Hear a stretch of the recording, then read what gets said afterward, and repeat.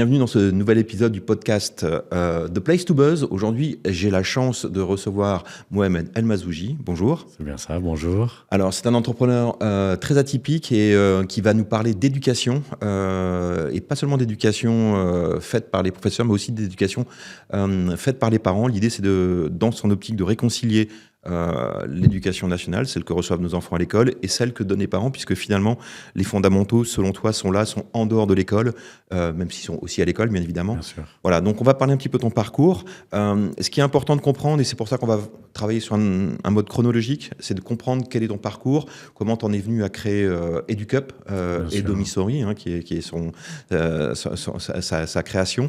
Et l'idée, ça va être qu'on voit comment, de ton parcours, tu as tiré des enseignements et des leçons que tu as su mettre au profit des enfants, et notamment des enfants des familles défavorisées. On va aussi en beaucoup en parler. Alors, est-ce que tu peux te présenter, nous dire qui tu es et commencer à nous parler un petit peu de ton enfance et de tes études, puisqu'on va quand même rappeler que tu es ingénieur et que tu as travaillé au CEA, Commissariat pour l'énergie atomique, c'est pas rien, avant de créer EduCup. Tout à fait, c'est ça, exactement. Donc en effet, je suis Mohamed El Mazzouji, j'ai 39 ans. Je suis papa de 2 enfants, donc je dis souvent que je suis papa depuis 11 ans. Et c'est important aussi de parler du nombre d'années d'expérience qu'on a en tant que parent. Parce qu'on devient parent, on est propulsé justement dans ce nouveau rôle, cette responsabilité qui est immense, parce que c'est comme ça. C'est vraiment ainsi que je l'ai prise. Et une responsabilité éducative avant tout, qui passe par la construction d'un individu. Donc oui, pour parler de mon enfance, parce que c'est là où je me suis construit. Oui. Et aujourd'hui, EduCup, je dirais, c'est la manifestation de mon éducation et de ma propre construction. Donc, je suis né dans le sud de la France, plutôt en zone rurale, donc dans le Gard, dans un milieu très modeste. Dans un milieu très modeste, avec un papa qui était ouvrier agricole et une maman mère au foyer. Donc, d'origine marocaine pour les deux. Donc, mon papa qui est arrivé dans les années 70 pour travailler en France. Donc, mes 2 parents n'ont jamais été à l'école, donc c'est important de le dire, donc ils sont illettrés. Et donc voilà, j'ai été allé à l'école qui était à côté de la maison, une école publique, école de la République, avec très majoritairement des enfants issus de l'immigration comme moi, donc de milieux très pauvres, dont les parents étaient aussi ouvriers agricoles, souvent des papas. Alors, ce qui est important de préciser, c'est que toi, tu réussis un petit peu sans t'en rendre compte, c'est-à-dire que l'école, tu kiffes ça et tu as des résultats. Avec des parents qui, fussent-ils illettrés, sont des parents intelligents et ont notamment beaucoup d'intelligence émotionnelle et te mettent dans les meilleures conditions pour apprendre. Tout à fait. En tout cas, ce qui est sûr, c'est que j'ai compris dans mon enfance que j'étais un accident. Quand je dis un accident, c'est que j'aimais bien l'école, ça se passait bien pour moi, ça se passait même très bien. Et alors que mes copains, ceux avec qui j'avais grandi, mes camarades, mes cousins, donc avait un rapport à l'école qui était plutôt négatif, obscur. Conflictuel. Conflictuel, et exactement. Il n'aimait pas l'apprentissage. Moi, je prenais du plaisir à apprendre. Donc, et en effet, le second constat que je faisais, c'était que mes parents étaient différents des autres parce qu'ils étaient, tels que vus par la société, plutôt laxistes. Oui. Donc voilà, plutôt bienveillants. Ce qu'on peut parler aussi de laxisme, en tout cas dans ces environnements-là. Dans ces environnements, donc pas de dureté, pas de violence. Donc c'est important aussi de dire que dans ces environnements, la violence, elle est quand même violence éducative. Hein. Elle est assez fréquente. Quand on dit violence, à minima verbale, voire physique, que j'ai pu observer autour de moi, même si dans le cocon dans lequel mes parents nous ont mis, mes frères et sœurs et moi-même. Donc c'était complètement absent. Donc ça, c'est les 2 constats que je faisais. Donc l'école et mes parents qui étaient différents. Mais je n'avais jamais fait de lien entre les 2. Mais je savais que j'avais un parcours différent. Et la première partie de ma vie, donc j'ai commencé lorsque j'ai eu le bac, donc un bac scientifique. D'ailleurs, au lycée, dans la petite ville où j'ai grandi, il n'y avait pas de lycée général. Il fallait aller à 30 km pour aller au lycée général. Donc on n'était que 2 ou 3 parmi ceux qui étaient en 3e qui allaient en lycée général. Donc dès le lycée général et ensuite quand j'ai eu le bac, donc j'avais envie d'aider les enfants qui venaient du même environnement que moi, avec premier objectif, c'est leur apprendre à aimer l'école. Donc moi j'aimais bien l'école, pourquoi eux n'aiment pas? Donc j'ai fait ça pendant quelques années, pendant toutes mes études. Quand j'étais ingénieur, donc en effet, j'ai fait l'école des arts et métiers. Ma première passion, c'était celle de l'énergie nucléaire, une passion très scientifique, avec pour moi l'énergie, en effet, jusqu'à... Et encore aujourd'hui, c'est un sujet très d'actualité. Hein. Il y a une vraie problématique énergétique. Comment l'humanité va continuer à vivre avec le déclin de l'énergie fossile et le fait de vouloir contribuer à apporter la solution du futur. Il fallait y répondre. Donc, parce que tu sors du bac et tu fais des études scientifiques et tu deviens ingénieur. Et je deviens ingénieur, c'est au ça. CEA, hein, c'est ça. C'est ça, ingénieur des arts et métiers. Donc ça, c'était l'école et j'ai été recruté par le CEA dans le sud de la France au début. Pardon ? Dans le sud de la France au début. Dans le sud de la France, parce que j'ai fait l'école à Aix-en-Provence. Donc j'ai travaillé sur des sites du CEA. Donc il y en a un dans le Gard. Donc il y en a un aussi dans les Bouches-du-Rhône, pas loin d'Aix-en-Provence. Et ensuite, très vite, en effet, je suis venu en région parisienne pour piloter des projets d'envergure nationale.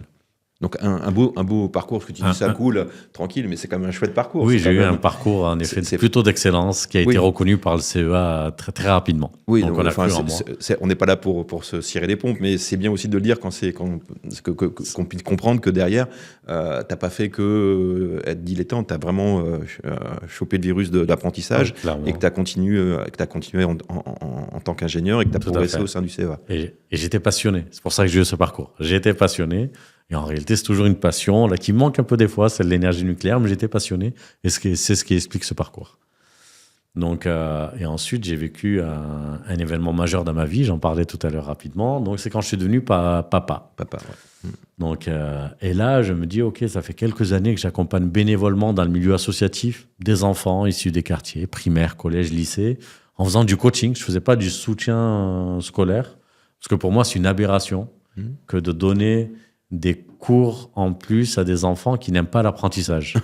Ouais. Voilà, j'ai jamais eu d'aide aux devoirs ou de soutien scolaire, mais j'aimais bien l'école, donc j'écoutais à la classe. Ouais. Si je comprenais pas, j'avais des livres, je pouvais, j'y avais cette autonomie. Donc c'était me dire, OK, faire du coaching scolaire et améliorer le rapport aux enfants.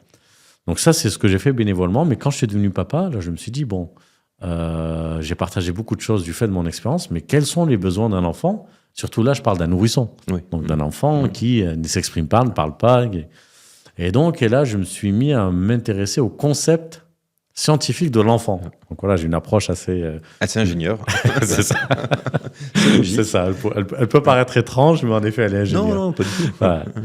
Donc, donc, j'ai commencé à m'intéresser aux neurosciences en premier lieu. Donc, comprendre comment se développe le cerveau. Et donc, en effet, dans mon parcours, j'avais jamais vu ça. Donc, c'est plutôt l'ingénieur, je dirais, plutôt mécanique, matériel, les matériaux, etc., l'énergie. Et donc là, je me suis intéressé aux neurosciences. Donc, on allie plutôt la biologie. Et ça m'a passionné. Donc, comprendre comment fonctionne le cerveau, comment il se développe, comment il grandit, et le lien notamment avec les interactions sociales et le développement du cerveau, et notamment les émotions. Et là, je fais un premier lien. Et là, on démontre de manière incontestable sur le plan neuroscientifique, c'est que les émotions négatives ralentissent le développement du cerveau. Okay. Donc, une émotion négative, ça va être la peur, la colère, le stress, etc. Ça, tu le découvres dans quel type d'ouvrage et une fois pair déjà ? Ah oui, c'est une fois pair que je me suis intéressé là-dedans. Donc, en effet, j'ai fait des formations. Donc voilà, une des formations qui m'avait marqué, c'était avec le docteur Jouvent, qui est le chef de service neurologie à la Pitié-Salpêtrière. Okay. Donc voilà, ça fait partie des formations qui m'ont marqué, mais aussi de la lecture qu'on peut trouver. Il y a aussi Céline Alvarez, qui était enseignante, qui a fait une expérimentation scientifique dans une école publique classée ZEP à Gennevilliers, et qui a travaillé aussi avec un chercheur qui s'appelle Stanislas Dehaene, chercheur au CNRS, donc qui faisait le parallèle entre le développement de ces enfants, donc qui sont de milieux modestes à l'époque dans l'expérimentation, donc la pédagogie, donc l'approche pédagogique plutôt, donc qui s'appuie sur des émotions positives, la bienveillance, la confiance, l'autonomie, ce qu'on va véhiculer sur l'enfant, et les neurosciences. Okay. Donc il y a des travaux vraiment très intéressants en France ou ailleurs qui démontrent justement ce lien de cause à effet entre le développement du cerveau et les émotions dans lesquelles l'enfant baigne. En gros, ce que tu me dis, si on veut se résumer, c'est que si tu stresses ton enfant, si tu es violent avec lui, si tu lui mets la pression, ce que tu voyais bien sûr. dans ton entourage, mais que tes parents n'exerçaient pas contre toi. C'est ça, exactement. En fait, ces conditions-là sont négatives et sont néfastes à l'apprentissage. C'est ça. Avant même l'apprentissage, c'est vraiment le développement du cerveau, c'est-à-dire le développement des connexions synaptiques entre les neurones. Donc ça va inhiber, ça va figer ce développement-là. Donc, mais en effet, là, je parle du support qui permet l'apprentissage. Donc d'un point de vue scientifique, c'est ce qui se passe. Le stress, c'est ce que ça génère. Et donc là, je fais un lien entre les violences éducatives, qui sont depuis 2020 ou 2021 interdites aujourd'hui par la loi, parce que c'est un délit, mais jusqu'à présent, elles ne l'étaient pas. Donc, et l'apprentissage. Et donc là, je comprends ce rapport malsain entre donc, cette méthode éducative violente et le résultat escompté, qui était la réussite dans l'apprentissage. Et donc, pourquoi je dis que c'est malsain ? Parce qu'en réalité, derrière, on a un apprentissage qui va au contraire s'abîmer à cause de la violence éducative. Et en face, le pédagogue qui a la mauvaise méthode, qui va augmenter les violences éducatives. Et au contraire, plus on augmente, plus on a un effet réducteur en termes d'apprentissage. Et donc ça, je le comprends à ce moment-là. Et donc, bien sûr, je m'en imprègne encore plus. Bon, j'ai la chance d'avoir eu cet héritage de la part de mes parents, donc naturellement, j'avais déjà les dispositions d'être empathique, pour cette approche, mais en plus de ça, je l'incarne scientifiquement, c'est-à-dire mon mental l'a compris pourquoi je le faisais, alors que mes parents n'ont pas compris. Oui, ils l'ont fait. Voilà, ils l'ont fait exactement. Donc je le comprenais. Donc ce qui m'a permis vraiment d'expérimenter des choses avec mon enfant et de faire aussi le lien avec une autre découverte que je considère aussi comme étant scientifique qui a changé ma vie, c'est celle de l'œuvre de Maria Montessori. Donc Maria Montessori, il faut comprendre qui elle est. Aujourd'hui, on connaît le nom Montessori. Oui, pour les écoles. Voilà, Montessori, on pense que c'est une marque, certains ne comprennent pas. Il y a d'autres mouvements qui se créent. Ghettosori, je ne sais pas si tu as suivi récemment. Non. Donc il y a un mouvement dans les réseaux sociaux lancé par des influenceurs qui opposent le Montessori et le Ghettosori. Donc, il est intéressant, parce que moi, j'ai créé Domisori, mais on en reviendra tout à l'heure. Mais avant de partir de cette marque Montessori, déjà comprendre qui est cette femme qui a créé, qui a diffusé ce message éducatif, cette approche pédagogique. Donc, qui est Maria Montessori. Donc, elle est née à la fin des années 1800, en Italie, dans une famille de la classe plutôt ouvrière moyenne, qui était destinée à être bien éduquée à la maison et à se marier. Sauf qu'elle, elle a fait... elle voyait pas sa vie de cette façon-là. Donc, elle voulait faire des études. Et en plus, les études qu'elle voulait faire, c'était être médecin. Qui était une profession réservée aux hommes à ce moment-là.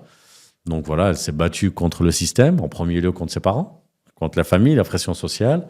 Elle a intégré l'université donc, pour faire des études de médecine. Donc, vous imaginez des centaines d'étudiants, la seule femme, le sexisme, la discrimination qu'elle peut subir, etc.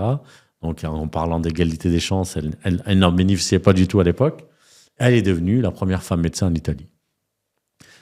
Donc ça, c'est son parcours. Et je fais le parallèle avec moi-même. Pourquoi je fais le parallèle ? C'est qu'en réalité, après avoir exercé quelques années où elle a excellé, elle a fait le choix d'exercer en hôpital psychiatrique. Ouais. Donc, on est dans une médecine particulière qui allie le corps et la psychologie et le mental. Donc, elle a fait un constat, c'est que les enfants étaient traités de la même manière que les adultes, mais traités, c'est-à-dire qu'on les isolait, qu'on les emprisonnait dans un environnement qui était fermé, pauvre. Quand je dis pauvre, parce qu'il n'y avait pas d'expérimentation possible, pas d'objets, pas de matériel. Et donc, première intuition qu'elle a eue, c'est se dire, je vais proposer des objets qui vont stimuler ces enfants. Et je vais nouer une relation avec ces enfants qui sont en hôpital psychiatrique. Donc, il faut imaginer ces enfants qui ont subi des gros traumatismes, qui ont des handicaps, etc. Donc, encore une fois, quand on parle d'hôpital psychiatrique, donc déjà aujourd'hui, en 2025, on imagine un environnement dur, mais imaginez, il y a plus de 100 ans. Donc, c'est un environnement très rude, très dur, très violent. Même. Oui, puis on se souvient, on a tous connu ça, connu. On a vu des films avec des profs très durs qui donnaient des coups de bâton. Exactement, sur les doigts, c'est ça. La camisole, on a enfermé, etc. Donc, c'est exactement ça. Donc, elle, très vite, elle a pu voir que ses enfants interagissaient. Donc là où ils étaient lobotomisés, parce que pas d'interaction, etc., ils interagissaient avec elle, ils pouvaient communiquer, même si c'était non-verbaux. Donc, elle a continué l'expérimentation au bout de quelques années. Donc, elle a obtenu des résultats. Au bout de quelques années, elle s'est dit, en fait, non, j'ai rien à faire ici. Je vais accompagner le développement des enfants en dehors du système médical. Donc, et c'est là où elle s'est mise à œuvrer dans le cadre d'une vie plutôt sociale et solidaire, donc plutôt milieu associatif. Elle a créé un premier lieu de vie, un lieu d'accueil où elle accompagne des enfants déjà qui avaient des troubles. Donc, en effet, ceux qu'elle accompagnait plutôt dans le milieu psychiatrique, mais des enfants aussi de milieux très pauvres, donc qui erraient dans la rue, qui pouvaient se retrouver à mendier ou à vendre des choses sur les marchés, etc., ou à cirer les chaussures. On peut imaginer aussi les images de l'Europe d'il y a 100 ans, 150 ans. Des enfants orphelins aussi, elle s'intéressait à ces enfants. Donc, on parle de tous ceux qui étaient marginalisés par la société. Donc, dans une époque où les enfants qui allaient à l'école, c'était les enfants de la bourgeoisie, donc soit des écoles privées, soit des précepteurs. Donc, elle a créé ce lieu de vie donc, qui permettait de les sortir d'environnements violents. Mais vraiment, j'insiste là-dessus, parce que c'était son intuition, où elle allait leur donner d'abord de la confiance, de la bienveillance et de la possibilité d'évoluer dans un environnement qui soit cadré et structuré. Donc, elle a commencé par des choses très simples, l'hygiène, la propreté, etc. Et de fil en aiguille, elle a rajouté des activités pour développer les mathématiques, le langage, la lecture, l'écriture, etc. Donc, et c'est important de comprendre donc, cette expérimentation qu'elle a menée, qui est socio-éducative, le public auquel elle s'est adressée et les résultats qu'elle a eus, parce qu'au bout de quelques années, elle a vu ces enfants qui étaient compétents. Elle ne vient pas du monde de l'éducation ni de l'apprentissage, mais ils savaient lire, écrire, compter, additionner, etc. Elle s'est dit, je vais leur faire passer le concours national qui existait à l'époque pour évaluer leur niveau par rapport aux enfants qui venaient du milieu bourgeois. Donc, c'était un concours qui permettait de valider le passage d'école primaire au collège. Donc, à peu près CM2, 6e en France aujourd'hui. Et ces enfants, donc, qui étaient très mal accueillis dans ce concours, ont eu parmi les meilleurs résultats. Donc, bien sûr, ça a créé un buzz à l'époque. Oui, j'imagine. Sans les réseaux sociaux, bien sûr. Ça a créé un buzz, un tollé. Donc, et c'est là où Maria Montessori a pu être reconnue pour ce qu'elle faisait, pour son œuvre. Donc, elle a eu plus de soutien. Donc, dans ces lieux de vie qu'elle appelait des maisons des enfants. Donc, ce n'était pas des écoles. Donc, vraiment important de comprendre cette notion de maison. Il y a ce côté amour, c'est ça, chaleur, cocon, lieu de vie, lieu etc. de vie. Donc, où l'enfant se construit. Avant même d'apprendre, ce que je disais, donc elle leur a montré un cadre. Donc, construire leur personnalité. Et ensuite, l'apprentissage arrive après.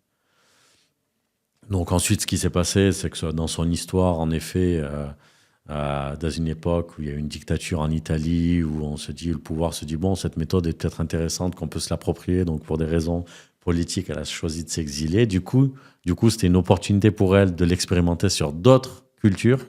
Donc, puisqu'elle a vécu en Inde, elle a vécu en Europe, elle a fini sa vie aux Pays-Bas, aux États-Unis également. Donc, un parcours incroyable. Voilà, elle a réitéré la même méthode avec des enfants d'origine et de culture différentes. Elle obtenait le même résultat. Donc, donc, de son vivant, l'expérimentation a été reprise en France, en Espagne, etc. Et aujourd'hui, on trouve des milliers, peut-être même des dizaines de milliers d'écoles Montessori sur les 4 coins du globe.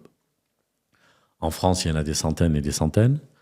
Depuis les années 2010, il y a une mode clairement Montessori, parce que le nombre d'écoles Montessori a explosé. Et surtout, et c'est mérité, vu les résultats que l'on obtient, mais on se retrouve dans un autre travers, c'est que ces écoles Montessori, elles sont... réservées aux enfants riches. Voilà, elles sont des écoles privées. Exactement, c'est ça. Appelons un chat, on n'est pas là pour se raconter des histoires. Donc, dans des écoles privées et donc inaccessibles au commun des mortels, donc notamment à la classe populaire qui a intéressé Maria Montessori. Et pourquoi ? C'est parce que le monde a évolué depuis le début du XXe siècle, en France y compris. L'éducation nationale est arrivée, l'école de la République est obligatoire et accessible à tout le monde. Oui. Donc, il y a un système parallèle où on veut créer des écoles Montessori. Donc, il y a un système privé qui coûte cher, en moyenne en France, 800 € par mois pour une école maternelle. Donc voilà pour ce parcours, pourquoi j'en parle dès maintenant, parce qu'il y a un parallèle à faire. Donc, dans mon parcours, en effet, où je me retrouve en effet à faire des études, ce qui n'était pas du tout la norme. Je suis le premier à avoir obtenu le bac, même le brevet en réalité, dans ma famille, dans mon environnement. Donc, ce qui est déjà une réussite incroyable pour mon environnement. Ensuite, une école d'ingénieur. Personne ne sait ce que c'est qu'être un ingénieur dans mon environnement. Et on pourrait se dire, en fait, le premier à avoir ce parcours d'excellence, il fait toute sa carrière dans cet environnement. Il revendique le fait qu'il est ingénieur dans un secteur très, très technologique, de niche, qui est l'énergie nucléaire. Mais non, en fait, au bout de quelques années, je me dis, en fait, là où je vais avoir de l'impact, comme l'a fait Maria Montessori sur son métier de médecin. Donc, c'est réorienté complètement, parce que se dire, en fait, c'est l'avenir de la société réside dans ses enfants. Parce que ce que tu peux dire aussi, c'est comment tu éduques tes enfants. Je crois que ta fille, ton premier enfant, pardon, tu l'as gardé à la maison un paquet d'années. C'est pas, on peut en parler de ça. Ouais. C'était une expérimentation en vrai. Parce que tu aurais pu échouer. C'est ça. Donc, on reviendra sur mon enfance, parce qu'il y a aussi des choses à dire. Parce que comment est-ce que mes parents m'ont donné une éducation Montessori, alors qu'ils ne savaient même pas que ça existait. Ils n'ont jamais été à l'école. Et qu'est-ce que c'est que l'éducation Montessori? Donc, une fois qu'on l'a dit, parce que des fois, on ne comprend pas qu'est-ce que ça veut dire faire l'éducation Montessori. Aujourd'hui, Mohamed, tu développes des projets pour le faire à la maison, alors qu'il y a des écoles. On ne peut pas avoir des écoles à la maison. Donc, ça soulève plein d'interrogations. Mais en effet, premier réflexe que j'ai eu avec ma fille, c'était, en fait, pour être convaincu de quelque chose, j'ai besoin de l'expérimenter. Donc les premières années mes premières années en tant que papa et des années de ma vie, de vie de ma fille, donc j'ai complètement vidé mon appartement, donc en région parisienne. À l'époque, j'habitais à Clamart, donc pour acheter tout le matériel Montessori qu'on trouve dans une école Montessori. Donc ça vaut des dizaines de milliers d'euros. Et donc, j'ai investi là-dedans. Et donc, je me suis dit, je vais expérimenter chacun des matériels. Bien sûr, je me suis formé pour apprendre à l'utiliser, parce qu'il ne suffit pas d'avoir le matériel pour savoir l'utiliser, et notamment en termes d'approche. Et j'ai expérimenté ça avec ma fille. Donc, bien sûr, il n'y avait pas que de matériel. Et aussi, c'était nouer la relation avec la fille, lui faire découvrir aussi le monde. Donc, sachant que je fais partie quand même des privilégiés, j'ai aussi des moyens pour lui montrer le maximum de choses. Mais j'ai expérimenté tous ces matériels. Et plus j'expérimentais ce matériel, plus je comprenais ce qui n'allait pas dans mon parcours scolaire d'excellence. Un exemple, je pensais que j'étais un matheux. Oui. Je pensais. Et j'étais très bon en maths. Oui. Donc, d'un point de vue scolaire. Et je découvre dans le matériel Montessori un matériel très simple qu'on présente à un enfant de 5 ans, qu'on appelle le cube du trinôme. Donc, c'est un matériel géométrique avec lequel elle joue. Et on comprend d'un point de vue géométrique une notion qu'on apprend en 3e au collège, qui est la notion des identités remarquables. Je ne sais pas si ça te parle, ça te souvient.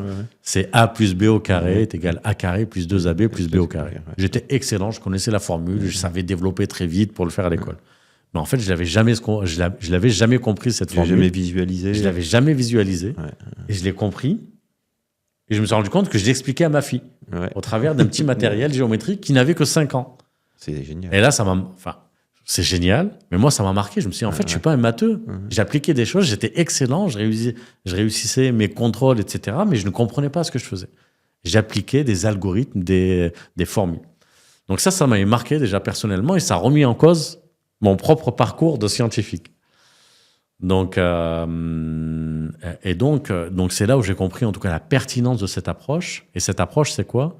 C'est qu'avant de théoriser une notion, d'accord, parce qu'une notion mathématique ou le langage, l'écriture, etc., en fait, il faut l'expérimenter. La première étape, c'est l'expérimenter. Donc, je l'ai expérimenté avec ma fille, mais aussi avec d'autres enfants. J'avais des amis autour de moi qui avaient le même âge que moi. Ils avaient des enfants du même âge. Je me suis retrouvé à accueillir des enfants 1, 2, 3, jusqu'à 10, 15. C'est génial. Donc, régulièrement à la maison. Donc, pour sortir aussi de ce lien parent-enfant, parce que ça allait au-delà. Oui, tu voulais voir si c'était applicable à... Exactement. Et ce que je faisais en parallèle, c'est que j'accompagnais d'autres parents pour, en effet, faire évoluer leur posture vis-à-vis de leur propre enfant. Donc, étaient plutôt des parents sensibilisés, avertis, soit parce qu'ils me côtoyaient, soit parce qu'on s'était rencontrés dans le cadre de formation, etc. Donc, c'était plutôt facile de le faire. Mais je me suis rendu compte à quel point, en tout cas à la maison, avec le matériel Montessori, que j'ai expérimenté déjà pour le comprendre, mais ensuite, au bout, très vite, je l'ai sorti, ce matériel. Parce que c'est un matériel onéreux, qui prend beaucoup de place, et qui a sa place à l'école, en réalité. Je l'ai sorti parce que à la maison, une fois qu'on l'a compris, on a plein de matériel qu'on peut expérimenter, notamment dans une pièce qu'on appelle la cuisine. On peut faire énormément d'expérimentations avec les enfants pour apprendre à développer l'intelligence mathématique, la division lorsqu'on découpe un légume, la soustraction, l'addition, etc. En développement la motricité fine, qui font partie aussi des notions, des capacités qui doivent être développées chez l'enfant. Et bien sûr, toujours autour du langage, donc la relation, avoir un vocabulaire qui soit le plus riche possible, le rapport au livre, la lecture, l'écriture, etc. Donc tout ça, on peut le construire à la maison sans le matériel Montessori. Donc le matériel Montessori, il est important, c'est un support. Mais en amont du support, c'est d'abord la posture que porte le parent, qui est le premier éducateur de l'enfant. Donc voilà tout ce que j'ai compris dans mes premières années en tant que papa. Comment tu concilies ça avec le boulot? Ça n'est pas trop difficile? Donc je travaillais au CEA. On n'écoute pas le CEA, promis. Je travaillais au CEA. Donc la chance au CEA, c'est qu'on a quand même beaucoup de congés. Donc j'en prenais. Donc en réalité, on a quasiment une semaine de congés par mois. D'accord. Donc je m'organisais entre assistante maternelle, donc la maman de ma fille qui était aussi très présente et qui a aussi fait des sacrifices dans sa vie professionnelle, et moi-même, donc pour pouvoir se relayer. Mais au fur et à mesure des années, donc, ce qui est sûr, c'est que ça prenait plus de place d'un point de vue passion, engagement, que mon boulot. C'est pour ça que déjà dès 2016-2017, donc j'ai commencé à demander des congés sabbatiques, donc des congés sans solde. Et là, j'en ai pris pendant 2 années consécutives pour pouvoir faire ça à temps plein. Wow. Ouais. Okay.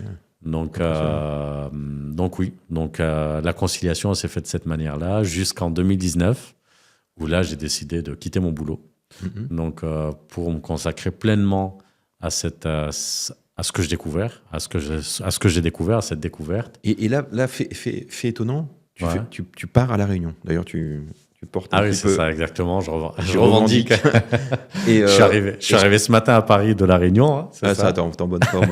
Alors, ce qu'on pourrait penser être un problème, puisqu'on est sur un territoire beaucoup plus petit, en fait, tu en fais une force. C'est là où tu finalement, tu en fais un peu l'incubateur. On est à côté de Station F. Ouais, c'est ça, tu en fais un peu l'incubateur de l'entreprise que tu vas créer, qui s'appelle EduCup. Tout à fait. Donc, en effet, j'avais besoin de repartir de la région parisienne, je pense. Je viens d'une zone plutôt rurale. Je disais papa ouvrier agricole, qui était en plus en situation de handicap. Donc, une partie de mon enfance, j'ai vu mon papa qui n'a pas travaillé, qui était invalide. Donc, un milieu, en tout cas, moins dense, moins urbain. Donc, je me suis dit, quitte à partir, j'ai quitté mon boulot, j'ai plus d'attache. Donc, autant aller dans un lieu qui m'attire, et La Réunion m'attirait depuis quelque temps. Donc, j'y suis allé. En effet, on parle d'incubation. Donc, la notion d'incubation, donc ça marche pour les startups, mais aussi pour l'enfant, ce que je disais depuis tout à l'heure.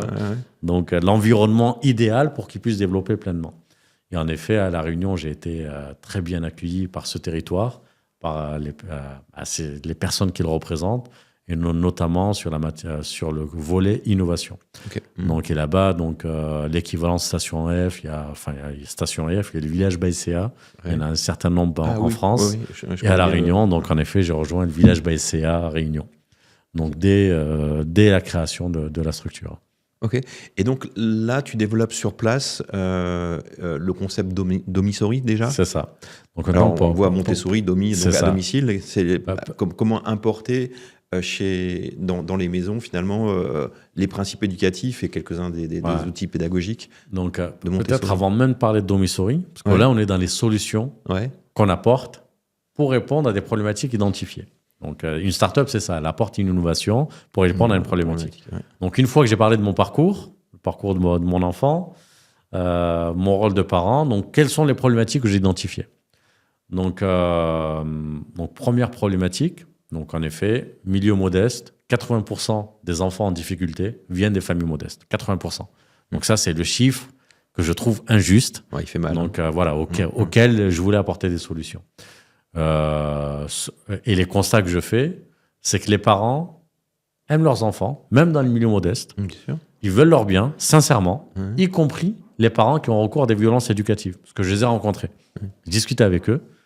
Et ils me disent, mais on n'a pas le choix, ils ne nous écoutent pas, etc. On veut qu'ils réussissent à l'école, on ne veut pas qu'il ait la même vie que nous, on ne veut pas qu'il galère, on ne veut pas qu'il ait le même métier que nous. Et réellement, je l'entends chez ces parents-là. Et donc, mais malheureusement, ils ne sont pas dotés des bonnes armes et ils pensent, par héritage certainement, que la violence verbale ou physique, encore une fois, qui était très présente, peut-être qui tend à diminuer aujourd'hui, mais aujourd'hui, je la vois encore, elle est encore présente dans les quartiers populaires. Dans les quartiers populaires. Donc, ils pensent que c'est une solution. Donc, et donc, ce qui me rassure, c'est qu'ils sont bien intentionnés. Oui, on dit souvent que l'enfer est pavé de bonnes intentions. C'est vrai. mais qui n'ont pas les bons outils. Donc, je me suis dit, OK, les enfants en difficulté scolaire viennent des quartiers modestes. L'éducation nationale n'arrive pas à traiter, à apporter de solutions. D'ailleurs, on le voit aussi, un autre constat, c'est que la France dégringole dans les classements internationaux lorsqu'on évalue l'éducation nationale, notamment les classements PISA, etc., où la France est parmi les derniers des pays de l'OCDE. Ce qui est aussi un constat d'échec. Un constat d'échec, mais surtout, il y a un paradoxe, c'est qu'on est le pays au monde qui met le moyen le plus élevé en matière d'éducation. Donc, si on regarde les budgets de l'éducation nationale, on a un système incroyable en termes de moyens mis à disposition. Et donc, c'est un constat d'échec, mais qui est alarmant. Comment cela se fait-il qu'on met autant de moyens et que ça ne marche pas? Et donc, là, je comprends quelque chose. Je me dis, on met la pression sur l'éducation nationale, on pointe du doigt le système. Donc, qui dit le système? Les écoles, les enseignants, qui souvent portent la pression, donc les programmes scolaires, etc. Mais le problème, il est ailleurs.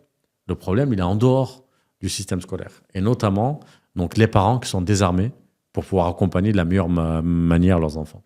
Et c'est là où je me dis, il faut créer des solutions qui vont accompagner et l'enfant, bien sûr, et le parent, qui doit être vraiment reprendre la main, exactement, être un partenaire éducatif. Au-delà d'être partenaire, le partenaire, c'est l'éducation nationale. Mais le parent, il doit être au cœur de la réussite éducative. Et ensuite, il y a tout un enjeu autour des professionnels qui vont rôder autour de la vie de l'enfant. Et donc, bien sûr, on parle d'éducation nationale, mais il y en a d'autres avant. Oui, les assistantes maternelles, les crèches, la petite enfance, etc. On peut parler ici du livre de Castanet, Les Ogres, aussi, qui a été une révélation pour toi. C'était pas une révélation, parce que moi, je m'attendais à ce que ça arrive. D'accord. Donc, c'est un constat que j'ai fait depuis un certain nombre. Moi, quand j'ai rencontré les premières assistantes maternelles, j'étais un parent averti. Donc, j'en ai rencontré 6, 7. Je pose des questions sur un projet pédagogique. Ça bégayait à chaque fois. Et je me dis que j'ai des gens diplômés qui sont censés être des professionnels. Et moi, je ne suis qu'un parent. Et en effet, les réponses, non, mais elle fera une sieste tous les jours, votre fille. Elle mangera des fruits et des légumes. Et changerait les couches régulièrement. Je dis, mais ça, on ne devrait même pas en parler. Heureusement. Quelle est votre approche, la posture? Et j'ai vu à quel point les assistantes maternelles étaient déconnectées vraiment du rapport éducatif, des besoins cognitifs de l'enfant sur les premières années, parce que c'est là que le cerveau se construit. C'est vraiment important. Il y a un livre aussi que j'ai lu qui m'a marqué, c'est Tout se joue avant 6 ans. Bien sûr, il y a beaucoup de choses qui se jouent après 6 ans aussi, mais comprendre que le cerveau se construit sur cette période-là. Et donc, qu'on a complètement oublié. Donc, c'est pour ça qu'il y a un enjeu autour des professionnels. Donc, je disais l'enfant, le parent, les professionnels. Il y a un 4e acteur qui est essentiel. C'est pas un acteur humain, pour le coup, c'est l'acteur financier. C'est les moyens. Donc, comment créer une solution pour qu'elle soit accessible à tout le monde? Donc, parce que toi, ce que tu veux pas, c'est reproduire l'idée qu'on a développée tout à l'heure, que les écoles privées, notamment Montessori, sont réservées à des familles et des enfants de familles riches. Tout à fait, exactement. D'ailleurs, mon premier réflexe, pour être sincère, 2016, 2017, je me dis, c'est bon, je vais en faire une vocation, je fais un projet. Premier réflexe, je fais une école Montessori. Beaucoup ont été dans le même parcours que moi, ont fait une école Montessori. Ils se sont retrouvés noyés dans la gestion d'une école en tant que directeur, les difficultés financières, gérer les relations avec les parents, recruter des éducateurs. C'est vraiment très complexe. Et en plus de ça, pour avoir un impact limité, parce qu'on accompagne des familles qui ont beaucoup de moyens. Donc, j'ai passé du temps à construire une école Montessori et je me suis rétracté. Je me suis dit, qu'est-ce que je suis en train de faire? Quel est le public que je vais accompagner? Donc, c'est un réflexe parce qu'on le voit autour de nous, mais je me suis très vite rendu compte que ce n'était pas le bon réflexe. Donc, c'est pour ça que j'ai repris de la hauteur, j'ai fait un pas de côté et je suis revenu à créer EduCup pour avoir une approche globale autour de ces 4 acteurs, l'enfant, le parent, le professionnel et l'argent. Si on continue avec le vocabulaire des startups, t'as pivoté. Ah oui, clairement. Exactement. Donc, et c'est un gros pivot. Et d'ailleurs, dans le vocabulaire de start-up, il y a la notion de scalabilité. D'accord. Avec une école Montessori, j'aurais été condamné à rester sur une ville. Et moi, ce qui m'intéressait, c'est de toucher toutes les familles, peu importe où elles se situent. Et donc, c'était nécessaire d'avoir une approche qui soit scalable pour le coup. Quelle solution tu trouves, justement? Quelle solution on a mis en place, c'est ça? Ouais. Donc, en effet, donc il y en a plusieurs. En effet, le cœur du projet, c'est Domisori. Donc, le nom, il est évocateur. Domisori, c'est la fusion de domicile et Montessori. Ouais. Et donc, moi, le rêve de ce projet, donc l'idée initiale, c'est d'envoyer des Maria Montessori au domicile des familles pour inspirer l'exemplarité éducative. Donc, ça passe par l'accompagnement des enfants à la maison. Donc, c'est quoi? C'est des prestations. Donc, ce que fait Domisori, c'est qu'elle délivre des prestations de garde d'enfants. Mais là, une garde d'enfants innovante. Parce que la garde d'enfants, aujourd'hui, c'est quoi? On envoie un babysitter qui surveille, qui a un terme pénitentiaire, surveiller, qui garde ou qui surveille l'enfant en l'absence des parents. Non. La garde d'enfants, en effet, c'est un moyen, donc qui répond aux besoins des parents qui est absent, c'est un besoin sécuritaire. Mais pendant ce temps de garde, qui est plus ou moins long, on va accompagner l'enfant dans son développement. Donc, c'est des professionnels de l'éducation qui vont assurer les prestations de garde d'enfants. Donc, on fait également de l'aide aux devoirs, donc pareil, sur un temps extrascolaire, du soutien scolaire, mais vraiment avec cette approche Montessori. Je disais tout à l'heure que c'est aberrant de redonner des cours particuliers. Nous, quand on fait du soutien scolaire, on part de l'expérimentation. Quelle est la notion que l'enfant a du mal à comprendre à l'école? Que ce soit primaire, collège ou autre. Donc, une notion mathématique, on va passer par une approche géométrique, de façon à ce qu'il puisse la comprendre dans le monde réel avant de la théoriser. Donc, c'est ce qu'on fait systématiquement. Donc, garde d'enfants, aide aux devoirs, soutien scolaire. C'est ce qu'on apporte aujourd'hui avec Domisori.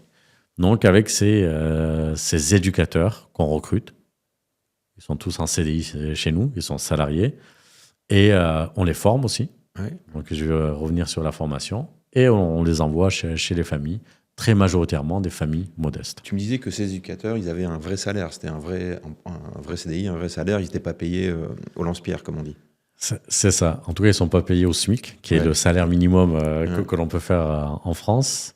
Donc, et là, c'est un autre enjeu. Donc, c'est pour ça qu'en termes d'innovation, donc il y a beaucoup d'innovation dans le projet. Donc, il fallait aussi innover dans le secteur de la petite enfance ou le secteur du service à domicile, donc qu'on appelle aussi service à la personne. Donc, ce sont des secteurs en tension. Pourquoi en tension? Parce qu'on n'arrive pas à recruter, déjà. On n'a pas d'emploi qualifié. Il y a beaucoup de turnover, on n'arrive pas à recruter. Donc, les salariés changent d'entreprise facilement dès lors qu'on leur propose quelques centimes de plus sur le salaire. Et quand on regarde les chiffres de l'INSEE, le salaire moyen dans ce secteur, il est à peine supérieur au SMIC. Ce qui veut dire que tous les acteurs se sont alignés pour payer les salariés au SMIC. Et donc là, je me dis, il y a aussi un enjeu pour réanoblir le métier de l'éducation. Et donc, pour cela, je ne peux pas me permettre de proposer le strict minimum. Et donc, le modèle initial, c'était de me dire, c'est que quelqu'un qui travaille à mi-temps chez moi, un éducateur qui travaille à mi-temps, gagne l'équivalent d'un SMIC à temps plein. Okay. Donc, pourquoi à mi-temps? C'est que dans le service à la personne, on est sur des temps extrascolaires, on est condamné à faire du temps partiel. Donc, et donc, avec des gens qui souvent ne travaillaient pas, donc on leur propose de travailler à mi-temps, on les forme, on les qualifie, ils ont l'équivalent d'un SMIC à temps plein, donc ça fait quand même un gap qui est important et on change vraiment la vie de ces personnels-là.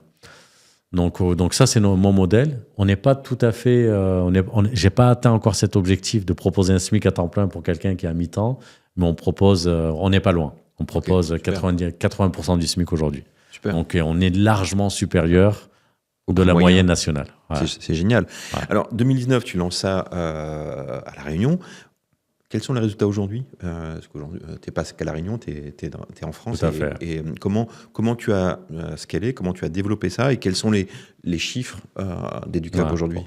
Pour donner quelques chiffres, donc il y a Domisori, je disais, donc on a lancé une activité de formation également, donc pour former notre personnel, mais aussi du personnel d'entreprises qui sont sur le même secteur de nous, des réseaux de crèches, des sociétés de services à domicile.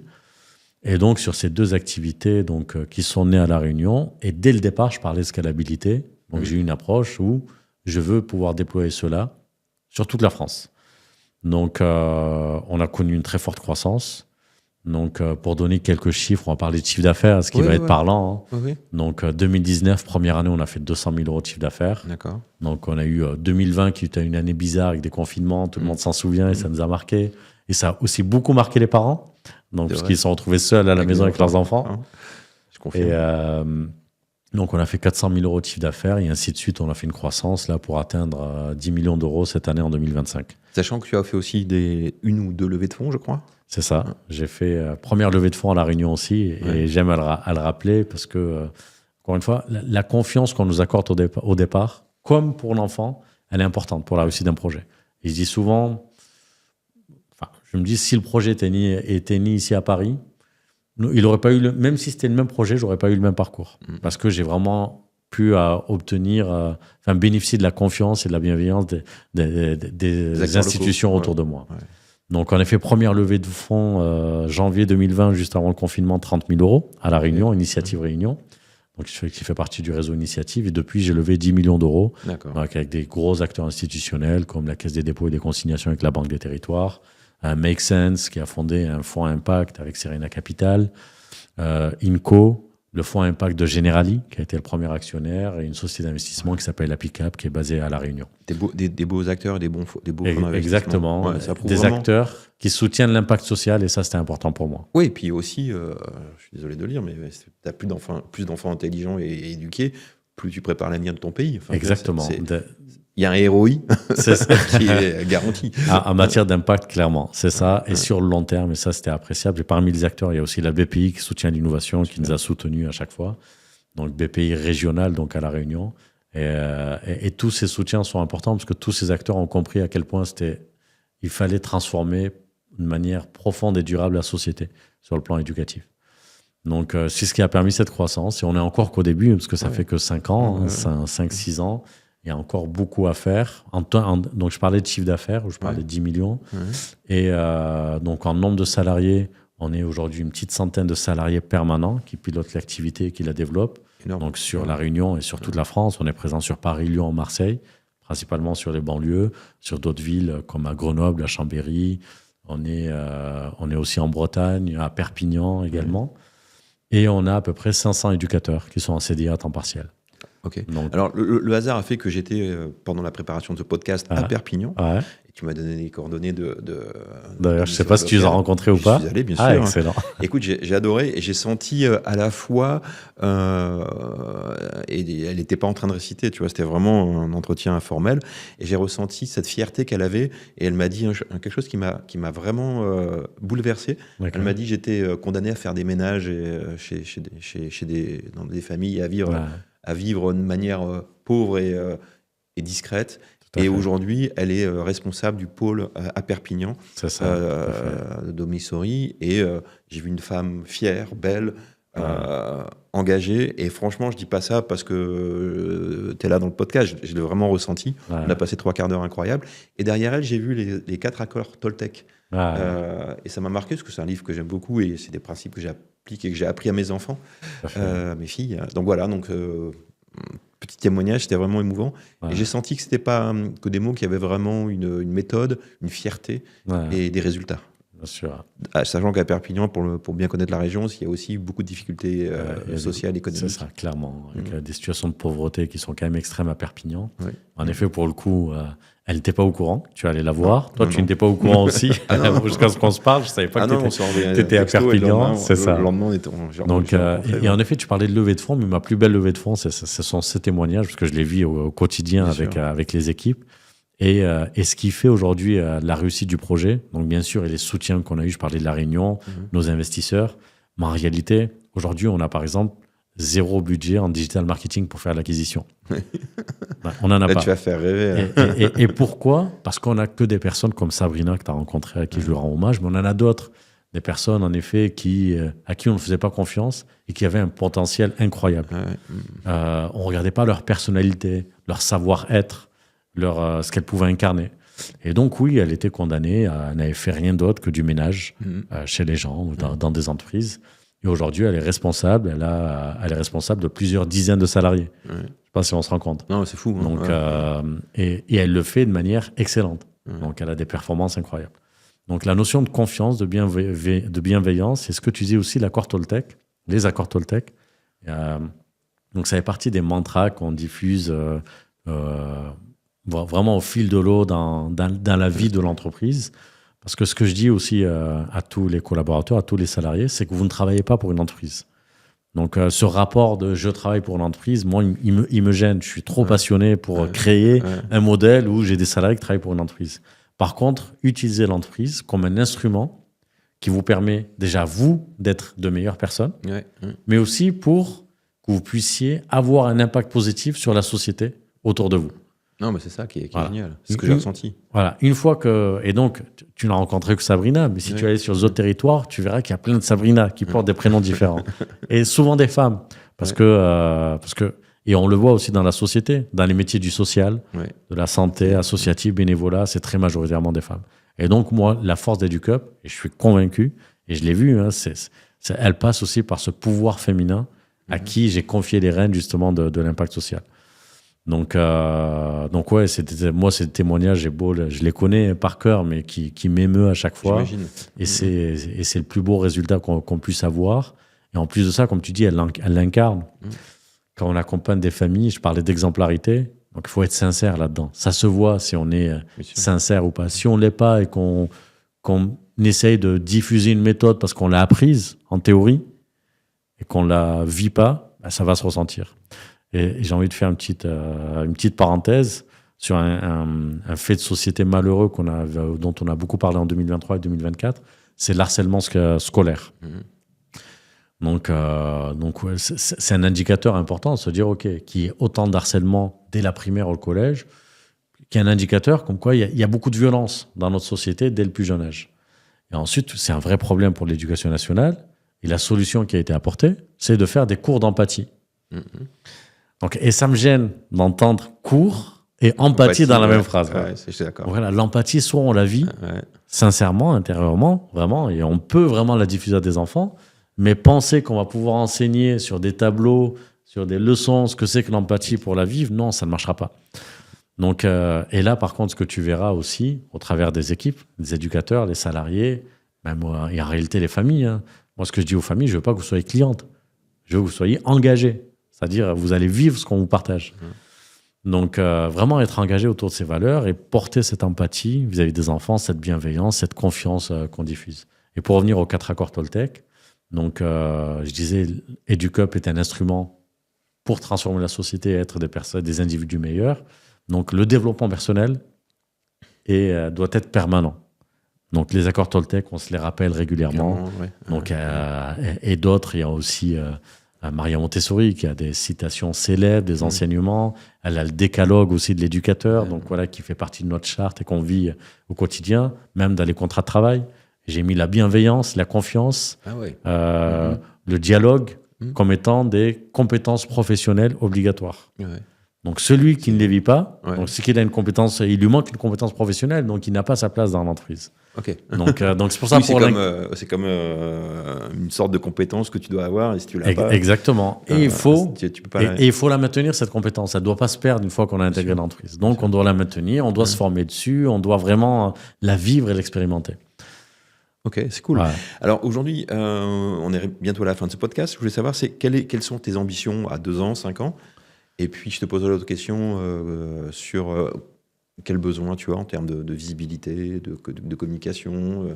Même si j'entends que c'est que le bouche à oreille, comment tu peux faire encore plus rayonner Educup? Voilà. En tout cas, au travers de toi et de ton podcast, ça sera aussi du bouche à oreille, hein, parce que là, c'est un échange sincère et direct. C'est clair. Donc, nos ambitions, en tout cas, c'est de pouvoir accompagner encore plus de familles. Aujourd'hui, on en a accompagné 3000. Et quand je dis 3000, c'est qu'on n'a pas fait du quantitatif, aller faire un atelier une fois. Hein. Non, c'est 3000 familles qu'on a accompagnées sur une période de 1 an. Donc, pour vraiment transformer la vie de la famille. Donc, c'est ce qu'on a fait jusqu'à présent. Et c'est un beau chiffre, mais c'est peu. Donc, on voit le besoin en France. Donc, l'idée, c'est de pouvoir se déployer. Aujourd'hui, on est présent sur 15 départements. C'est de pouvoir couvrir toute la France. Donc, ça, c'est l'ambition d'ici 2030. Donc, et pour le faire, donc, on va continuer à recruter. Donc, on recrute chaque mois. On recrute de manière perpétuelle. Exactement. Qui dit recrutement, dit former, dit engagement. Donc, on recrute des gens qui ont compris cet engagement. Donc, ça, c'est notre vrai besoin. Il y a aussi quelque chose qu'on peut dire qui est important, c'est que souvent, sans parler de riches et de pauvres, mais on est quand même conscient, tu l'as dit, que 80% des enfants qui ont des problèmes scolaires sont issus de milieux défavorisés. Tout à fait. Et souvent, ces gens n'ont pas conscience qu'ils peuvent accéder à des aides. Est-ce que tu peux nous en dire un peu plus ? Il y a tellement à dire, parce que EduCup, je t'avais dit, il y a plusieurs projets, mais en effet, donc il faut avoir conscience des aides. Mais avant même les aides, tu me parlais de l'ambition, je vais te parler aussi de la notion d'économie durable dans ces milieux pauvres, dans ces milieux modestes. Donc il faut créer des économies dans ces environnements. Aujourd'hui, en effet, on est dans le secteur de service à la personne qui s'adresse majoritairement à des CSP+. Il existe des aides sociales qui sont consommées, utilisées majoritairement par des CSP+. Et donc, c'est là où, encore une fois, on voit un paradoxe des aides sociales donc, qui sont égalitaires, parce que tout le monde y a droit, donc, y compris ceux qui ont beaucoup de revenus, mais qui sont utilisées à 80% par des familles qui sont des CSP+. Incroyable. Donc, des aides sociales égalitaires qui génèrent des inégalités sociales. Donc, on se retrouve dans cette équation. Donc, il faut aller faire connaître ces aides sociales.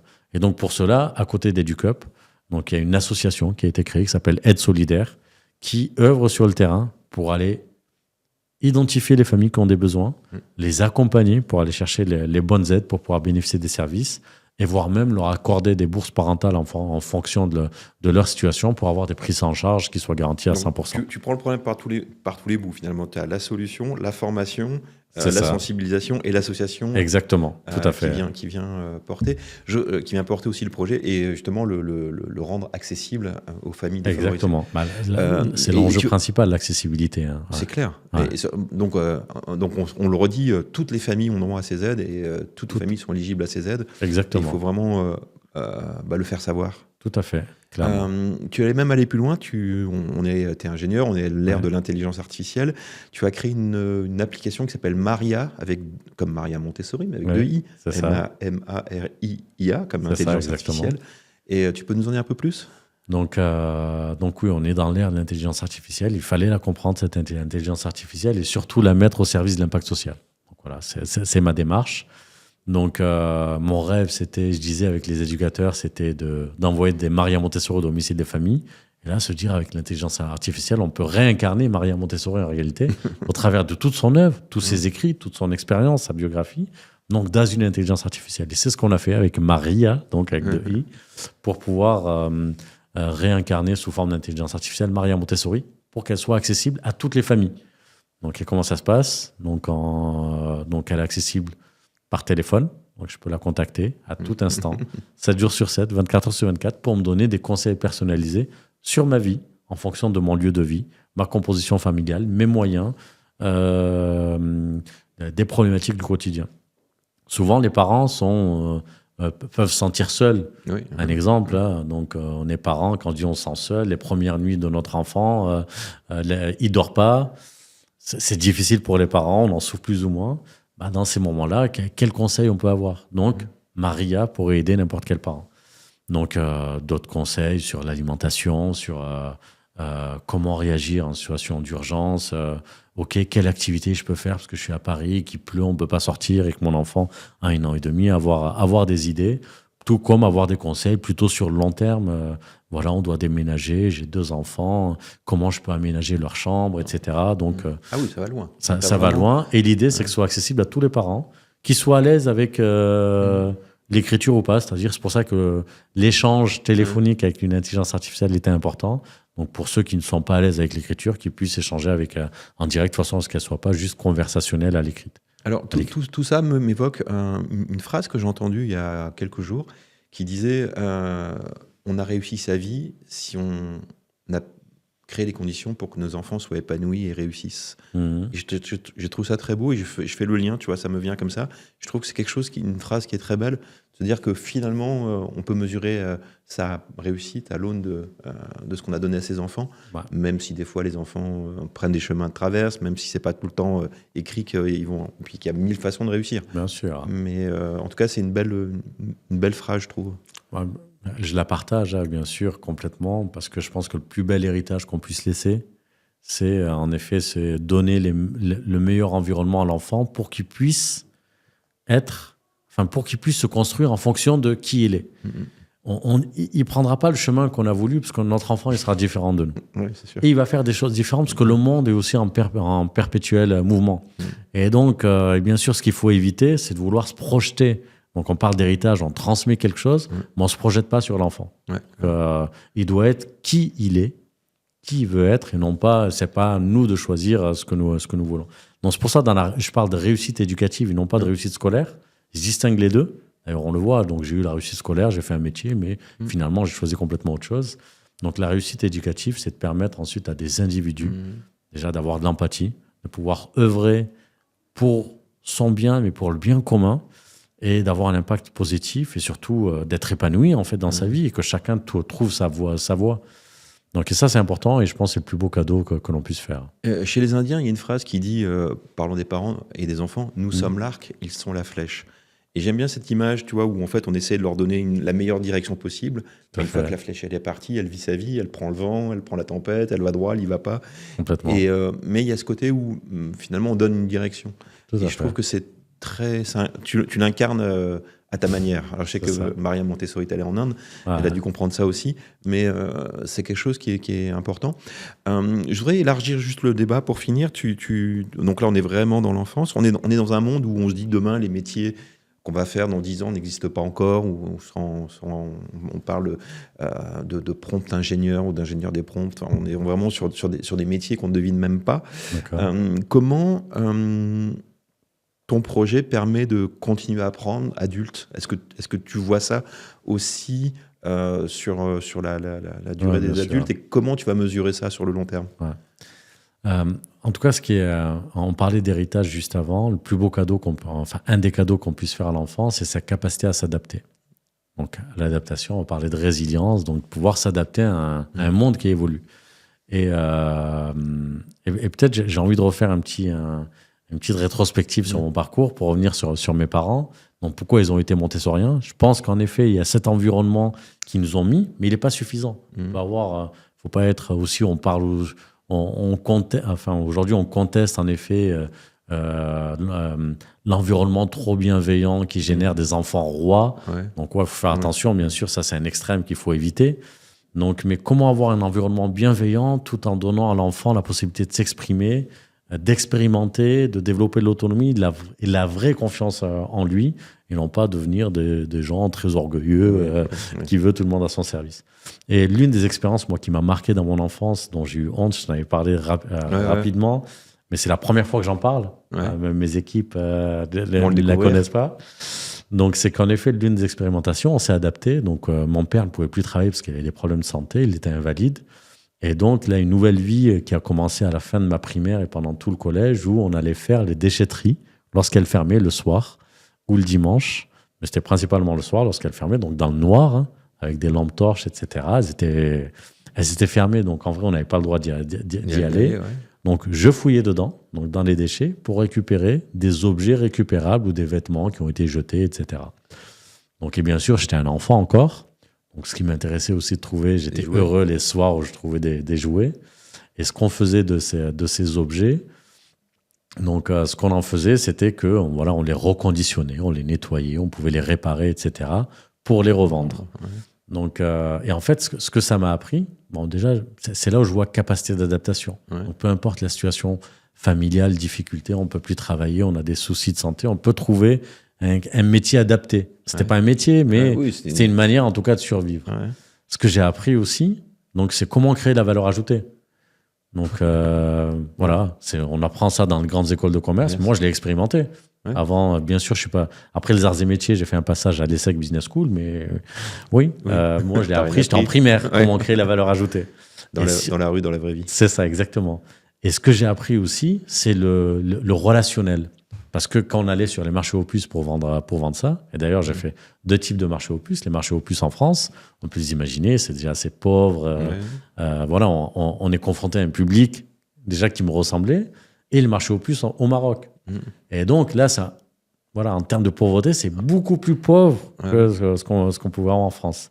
Donc là,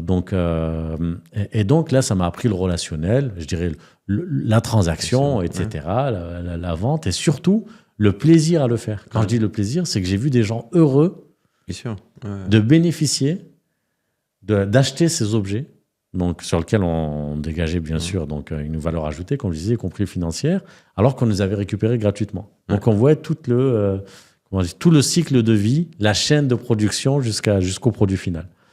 Donc, et moi, cette joie que j'ai pu, et vraiment, elle me faisait vibrer quand j'étais enfant, que je voyais dans le marché aux puces chez ses clients. Donc ça m'a beaucoup animé. Et donc, je comprenais qu'on était utile à faire ça. Ok. Donc, c'était pas juste pour gagner de l'argent, pour survivre ou quoi que ce soit. Et donc, je faisais ça pour rendre service à des gens et être utile. Ce que tu fais là aujourd'hui en tant qu'entrepreneur. Exactement. Et donc, pourquoi je fais ce parallèle avec ta question? En fait, c'est ce qu'on doit transmettre à nos enfants. C'est que le monde va évoluer. Ils vont devoir gérer certainement des challenges, des enjeux, des problématiques qu'on n'imagine même pas nous-mêmes. Même si on essaie de se projeter, etc. Donc, on les imagine même pas. Mais par contre, si on leur donne ce socle-là, ils vont pouvoir s'adapter. Voilà, ils vont pouvoir s'adapter. Donc, que ce soit IA, bien sûr, ça va révolutionner le monde de l'emploi, j'en suis convaincu. Et on n'a pas le choix, on va aller vers ça. Et je pense que c'est une bonne chose, mais ça va créer des nouveaux métiers, une nouvelle forme de créativité humaine, etc. Et donc, même si aujourd'hui, on n'arrive pas à le voir parce qu'on vient déjà d'un ancien monde, faisons confiance, je parlais de la confiance tout à l'heure, à nos enfants pour qu'ils puissent transformer cette nouvelle technologie en une force pour l'humanité. Bon, bah écoute, je peux pas dire mieux. C'est un très beau mot de la fin. Mohamed, je te remercie pour ce que tu as livré et même pour ces derniers mots, puisque tu dis quelque chose publiquement que tu n'avais jamais raconté. Donc, je prends ça comme un cadeau. Et je te remercie. Et je souhaite une longue vie à Educup et à Domisori, qu'on les voit s'installer partout en France et puis apporter cette belle parole éducative. En tout cas, merci. En tout cas, merci à toi pour cet accueil et de nous aider à diffuser ce message et toucher, en tout cas avoir un impact qui soit le plus grand possible. Vraiment, merci pour ton accueil et ta bienveillance. C'est l'objectif du podcast, c'est de mettre la lumière sur des gens qui le méritent. Je te remercie.